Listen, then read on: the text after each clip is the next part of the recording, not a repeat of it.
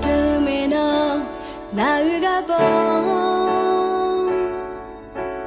it is that it don't do now you got bone let you ya yo the kasuna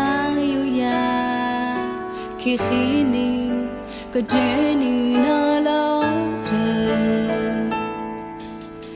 no ke khola me oh ya you so game lo to me I know now you kimal ke lo me no can so mo de come on ke ko jeni mo khiti